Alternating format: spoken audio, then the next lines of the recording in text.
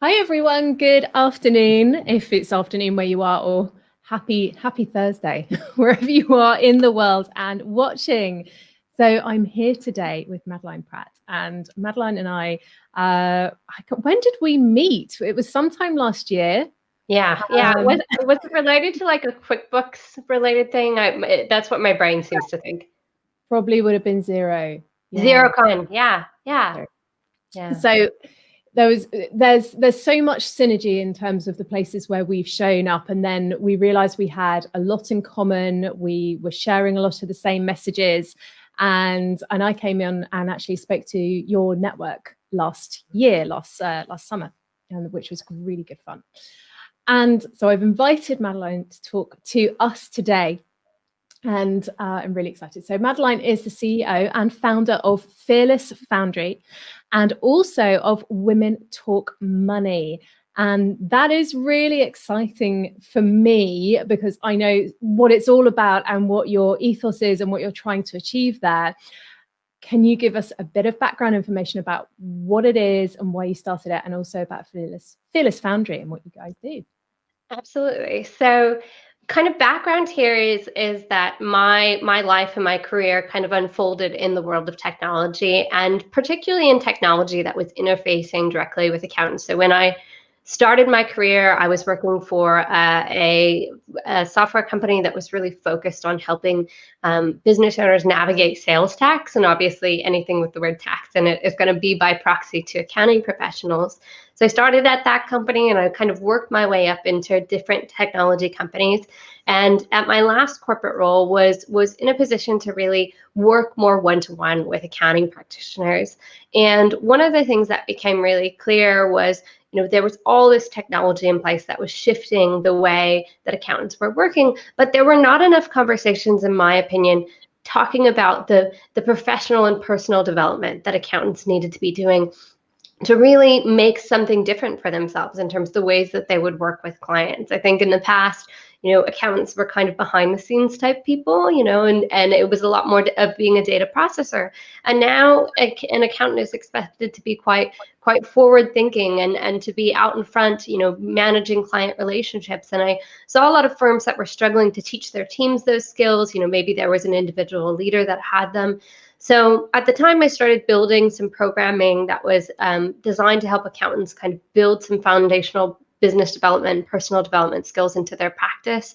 And I discovered that I was super passionate about this kind of education and really working with firms in this way. And I started to get asked a lot to consult directly with firms around their brand and around, the ways in which they might market themselves to the world. And so kind of the seed got planted in a way, and I decided, maybe if people are asking me to do this, maybe there's a path for me here. And so I eventually left my corporate role. I decided to found my own company, really focused on helping what we call ambitious innovators, so not just accountants, but anyone who's really trying to drive kind of this next chapter of business. And we focus on marketing, branding, and business development strategies primarily, and then offer a team of creatives who can help from a production perspective, so that we're kind of like this outsourced marketing experience. But along the way, I've met so many incredible accounting professionals, many of which are women. And in 2018, now that I was having my own company, I was a lot freer to kind of speak about the issues of gender and equity that I was seeing inside the accounting industry. And it was something I'd been aware of for a really long time, but hadn't really had the ability to speak out about because I was working in a corporate environment. And I think it was just this kind of interesting mix of things that happened. There was, the Me Too movement had been kind of flowing through the year before. And I just think women were starting to get a lot more outspoken in situations where inequity was just super glaring. And one day, it was a Saturday, I was sitting on the couch, and my Twitter feed just started kind of like bubbling up with women having a conversation about a very well-recognized accounting industry event putting out their speaker lineup. And I know you've seen these moments, the banner goes out and it's, 5, 6, 7, 10, 12, white men, one of which had a beard that was like the big diversity quotient. And women were kind of erupting and reacting and saying, basically, are you kidding me?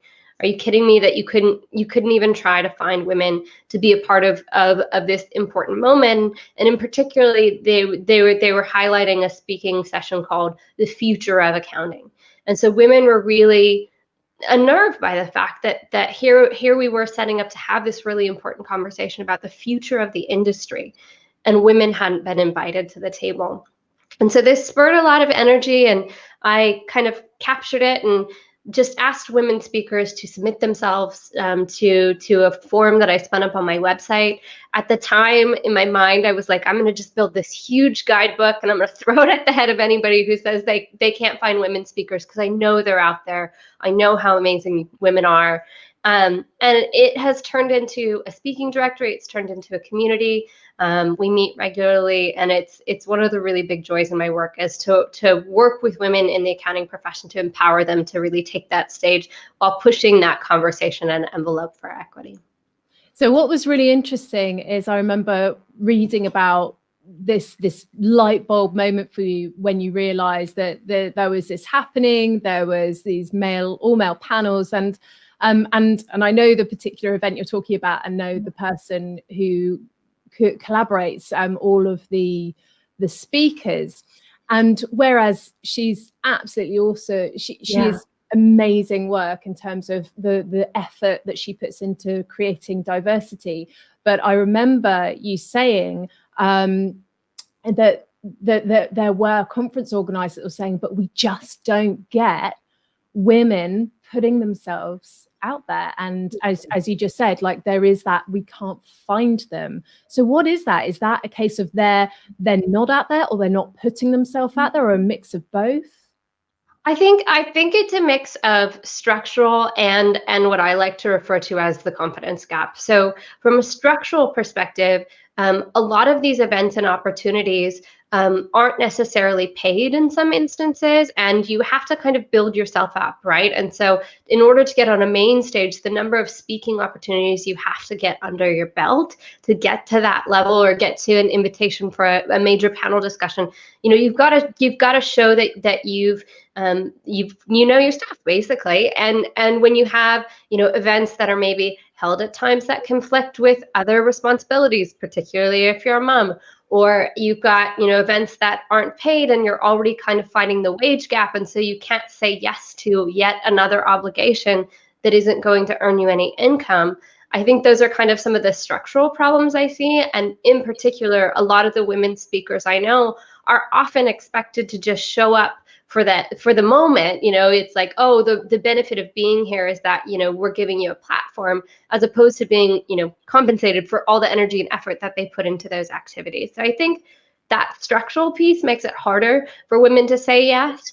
But on the other side, I also think there's confidence gaps issues here. And what I mean by that is that women don't necessarily think that they're qualified in many instances. And we all know that stat where it's like, if you've got a job opportunity, women are only likely to submit themselves if they've got 100% of the qualifications, whereas men will make the move if they've got more like 60. And I think that same thing kind of applies in the speaking arena, is that women will hesitate because they feel underqualified. And so I think we need more people doing work like what you do to build that confidence, so that women proactively seek out the opportunities and say, yes, I'm super equipped, I'm capable, I can go out there and make a difference by speaking.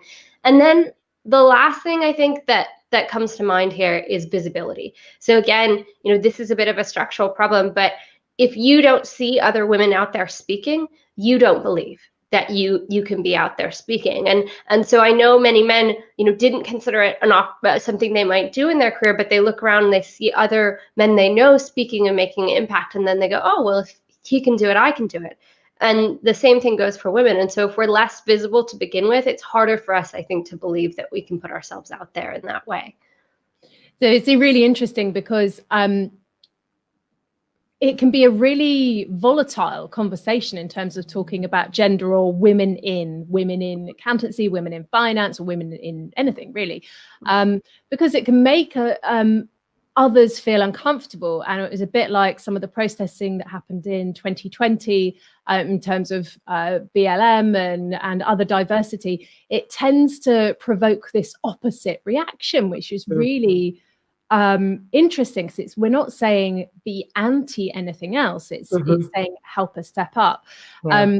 And it's really nice when you create allies with men as well, and men are stepping up and getting involved. But some of the time, it's just not a realization. And I've known in particular, there's an organization I work with, and actually I was really, really lucky to be given some diversity training and culture training via them as part of their consultants team. And it really was quite eye-opening in terms of the privilege that I live my life through and view the world through, because you just don't see it. And of course you don't. We all have our own lenses. And this is something I say in public speaking and presentation skills a lot of the time. We've got to really be aware of the lens that we have, and how we view the world through. And the same is for women and women in finance. Now, I was looking at the statistics in the States as well, in terms of women in accountancy. So if you look at the UK, and I think predominantly most Western countries, women in finance on the whole is a 50-50 divide. And actually in the UK, there was a paper that said, well, you know what, there are more women in accountancy. The divide is over there, but that is just on the whole. And what we're talking about is women in leadership. And that's what you're saying, is that at the top, where we're looking upwards, there's a huge drop-off, ginormous drop-off in terms of C-suite or running your own practice and being at the head of the table. And I mean, I don't know if it's the same over in the States as it is here in the UK, but you have a lot of traditional firms still. And of course, it's just not quite trickled the way up. And equally, we have the divide of women being at home. But getting back on point, my point with that is that sometimes we end up with an all-male partnership team, for instance, and it's just, it hasn't been thought of. The opportunity hasn't been there, but they realize that down below, we're getting actually cloud teams that are all women, technological based. But as you say, it's about looking up and who's setting that example for you, who is your mentor, who is your, who's paving the way as a bit of a trailblazer. Yeah. So what do women, in women speak, women talk money, when women are speaking, what do you think it is that confidence gap? What have you seen? You know, I think one of the big pieces is just opportunities to kind of build the skill set. So again, you know, if you've been in a portion of the practice that's only allowed for you to be behind the scenes, and you haven't had the opportunity to kind of build up your base or your confidence when it comes to just speaking to a client directly, and then a small group of people, and then a slightly larger group of people, you know, I think that's really an opportunity that is missing for many women in more traditional firm environments. And you know, some of that is, you know, I like to joke a little bit, maybe the personality type of accountants, but I also think that, again, you know, we both know speaking is a skill that's built over time. And so creating opportunities inside your firm to build those skills across the board for everybody is super critical, so that women can start to feel like they can step out and have those kinds of moments, be they public speaking or just conversing with clients. The other thing that we try to do inside the Women Talk Money community, and that I always make a point of, and actually why we shaped a community in the first place. So when I launched things, I was just like, I'm going to build a speaking directory list. That's all that it's going to be. Problem solved, you know, in my mind. And what really surprised me was, you know, so we launched it at a ZeroCon event in the spring, and I was at a different event in the fall, and it had been really well received. We had started to kind of see this traction on social media, where people would, you know, if they saw an event that wasn't being, you know, fair in terms of the voices they were highlighting, they would kind of reference the directory. And by fall, I was at a different event, And all of these women kind of started pulling me aside, and it was really interesting, and not what I expected. And you know, they all kind of had the same thing to say. They said, you know, I really admire what you're doing. I really, you know, respect all the women that are on this directory. I wish that I could be a part of something like that, but I don't know how to get there. I don't know. I want to learn from those women. I want to know those women. I want to network with those women, but I don't feel like I'm there yet. And so what I realized was a lot of firm environments lack any sort of women's group, any sort of community where women could talk openly about the things that they were facing and build each other up. And even if you owned your own practice, you didn't necessarily have peers in the profession that you could go to have those kinds of conversations with. And so what came out of this for me was like, we need to start putting these women in proximity to each other. We need to create opportunities for them to be talking to each other, to present to each other, so they can practice building that foundational skill set. And so we've done, you know, different workshops. We you know, lead bi-weekly coaching conversations, and oftentimes it's a member of the group who may be presenting, and it gives them that chance to practice those skills and abilities. I love that. I love that. It sounds absolutely amazing.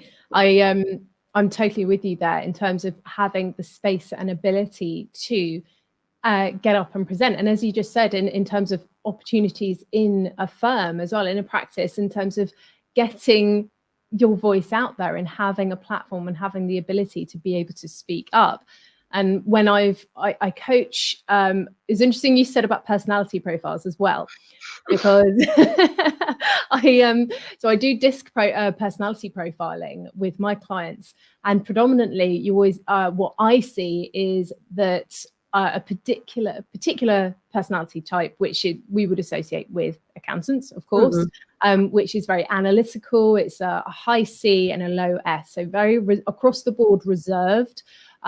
People focused in a small way, but also very, very analytical and precise, and precision matters, basically.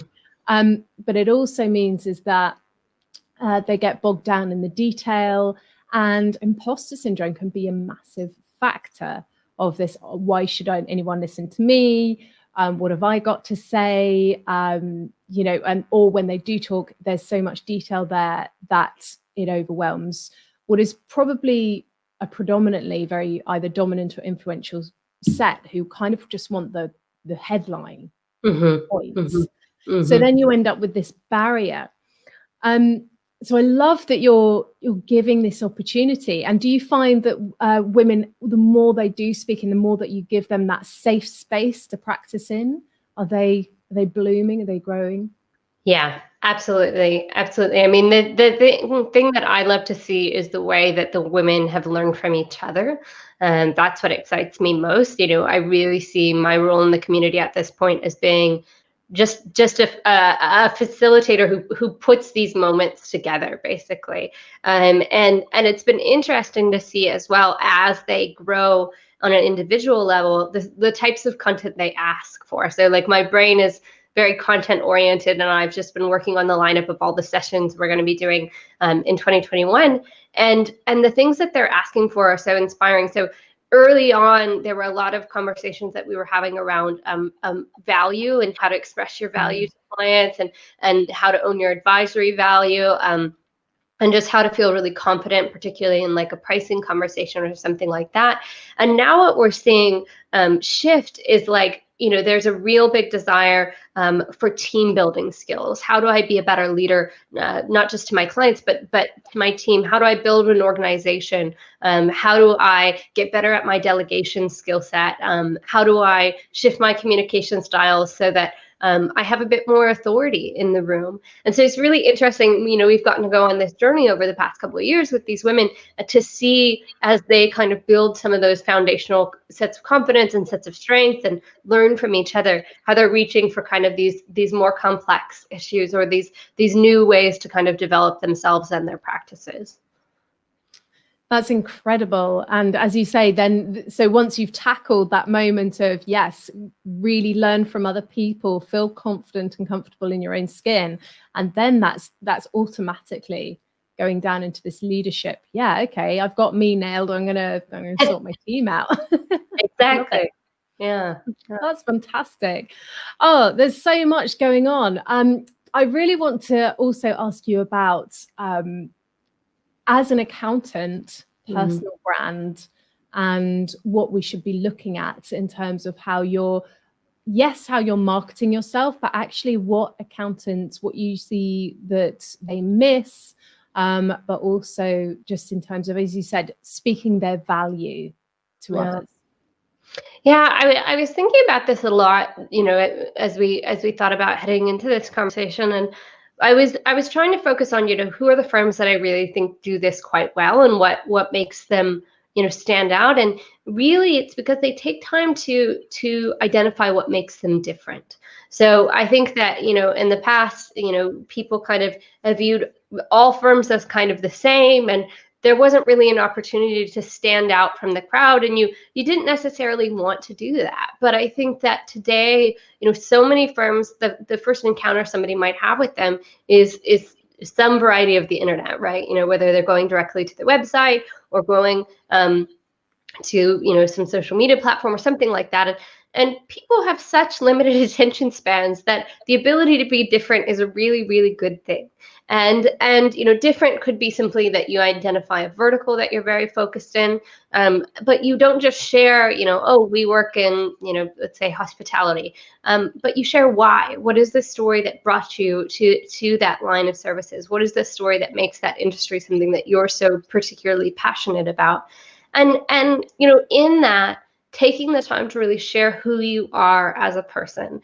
And what has been interesting to watch unfold, and I spend probably way too much time on Twitter, but accountants are really, like, I feel, kind of starting to come out of their shells in a way.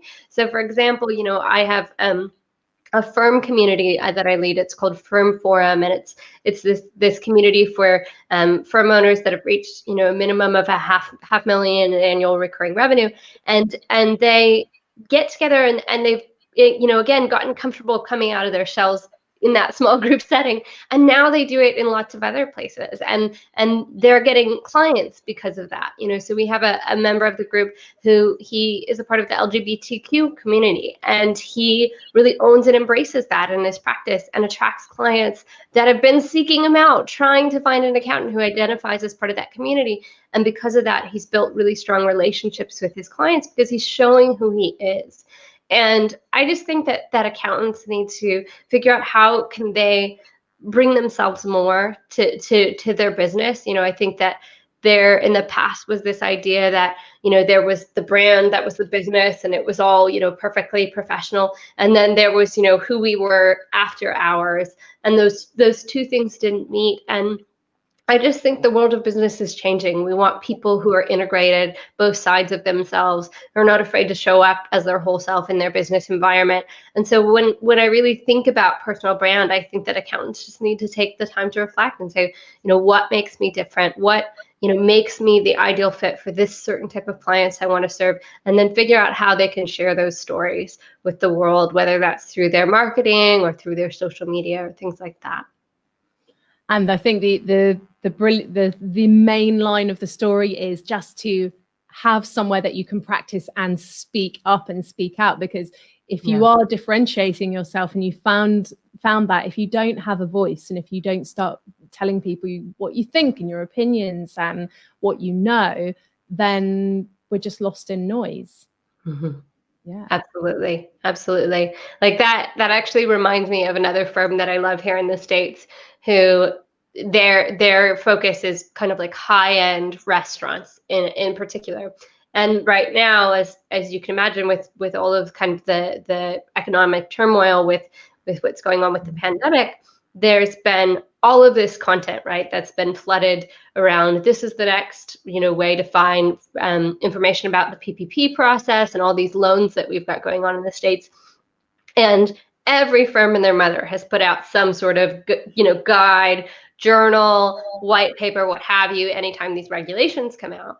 And this firm does that too, but they do it completely in the language and vernacular of that industry. And they make jokes, and they've got puns weaved in that relate to the restaurant industry.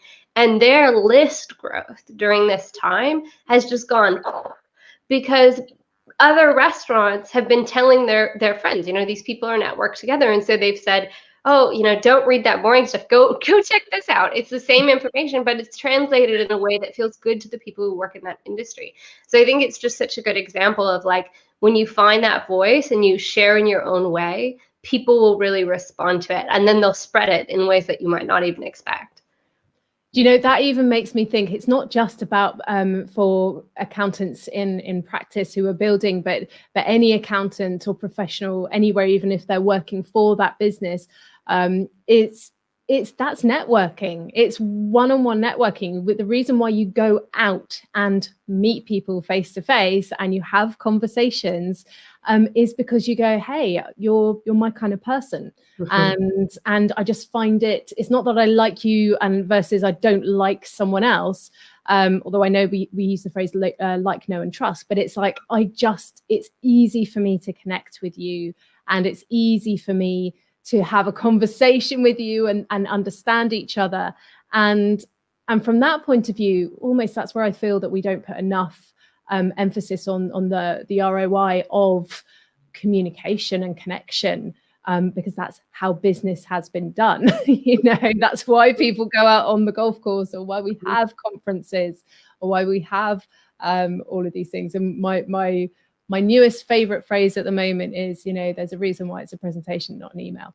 So in terms of, so there's a reason why that this is a huge, huge thing in terms of, and I'm loving the stories of these clients of yours who are really showing their individualism and braving who they are, because I think that I know for a lot of accountants is really nerve-wracking, that ability of how much of me should I unleash on people, or how much of me can I really own? And it is that case of sometimes you have to really dig deep. And funny enough, on my LinkedIn today, I wrote a post about values, because I'm studying for my coaching accreditation. And we were doing some positive psychology tools on values and value-based. And of course, actually marketing and branding, you have to do a lot of that groundwork. And well, okay, what is it that you stand for? What are your values? What are you really about? And on the post today, there's a company that was saying, yes, we did this work with our branding. And it was enlightening. Like, we couldn't believe it. My business partner and I, all of our team, it's connected us all together. It's connected us with clients. The power of really understanding your values, I think, is something we totally underestimate. And even as an individual. Absolutely. I mean, for me, it has been such a core guiding principle in the way that I work and who I say yes to. And what I often find is when we have a company that we're connected to who is unsure of how they want to present themselves in the world, it's because they're missing this piece. It's because they haven't taken the time to sit down and solidify their values, or if they have, like, it's done in a way that's this like very terrible monolithic corporate exercise. Like, I always say that, your values aren't meant for a wall or a web page. Like, how are you embodying them in action? Because I would see this. I came up with this in particular because I went to work with a firm that was a state away in Oregon, and I showed up, and it was, to their credit, it was big height of tax season, like right in the thick of things. And the energy when you walked in this building was oppressive. Everybody was just, deflated, and you went into the coffee room, and all their interns were broken out around the coffee pot, and they all just looked like somebody had died, basically. And then, I turned, because this is like their break room or what have you, and I look on their wall, and they've got this big list of values, and they couldn't have been more different than the way the firm was running. It was like, we're, I don't know, we're fun, and we're, all these real positive, lighthearted things. And you looked around, and everybody, like I said, was just depressed. And so for me, it really became this realization that, values are important, but if you can't then hold up that value and say, and the way that we embody this in action is X. So for example, we have a really big core value around, you know, kind of earning to give, basically, you know, and that the core purpose of our business isn't just to make money, but to be able to be a conduit for other people to get opportunities, and we do that by giving back. And so you know, if I can't hold up and say, here's a way that I, you know, gave somebody a scholarship, here's a way that we gave back financially in last year, here's a way that we sponsored a really important event that aligns with our values. If I can't hold those things up, the value doesn't matter. It was just an exercise. Yeah, I worked with a company last year, and they've got a few global bases, and I was doing an event for their kickoff, their company kickoff of the year, and they absolutely, there's only one other company I can think of where I've met where they absolutely live and breathe the values through every single person. So much so, in fact, I was doing a workshop on the principles of yes and creative innovation, and we did some improv and did some, and used our speaking skills and things like that, and thinking on the spot.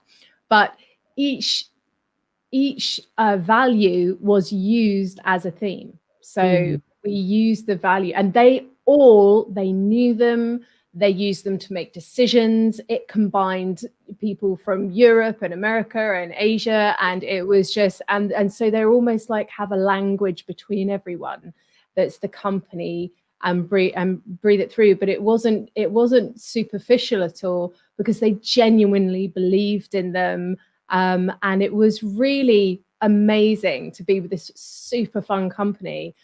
So much so that I'm actually going to bring the VP on to talk about the values and why they do all that work, because it's incredible, actually, the result that happens and the driving force that happens through that. But this has been amazing. I'm so excited. And I just realized we're going over time. So where can we find you, more about you, more about what you do, and how can, we want to know more. Where are you? So all over the internet. But if you want to, you know, if you're curious about our work in terms of kind of the branding, the marketing, the business development space, or any of the communities we lead for firms or for other types of leaders, fearlessfoundry.com. That's our brand new website. It's quite beautiful, if I do say so myself. And then on all of, you know, the profiles on the internet are at Fearless Foundry, you know, for that brand. And then Women Talk Money, same thing, womentalkmoney.com. And then at Women Talk Money, women is spelled with an X. It's our, you know, our nod at being inclusive to everyone on the gender spectrum. And then for me personally, I'm at Madeline K. Pratt on Instagram, and like I said, I spend a lot of time on Twitter. And then you can just look me up by my name on LinkedIn as well. Fantastic. Well, thank you so much for coming and sharing with us all these ideas. There's millions of things that are now whirring in my head that is amazing. So I hope that if you're listening or watching back later, then I hope that you are also going, oh, this makes so much sense, because it is to me as well. So thank you so much. Yeah, thank you.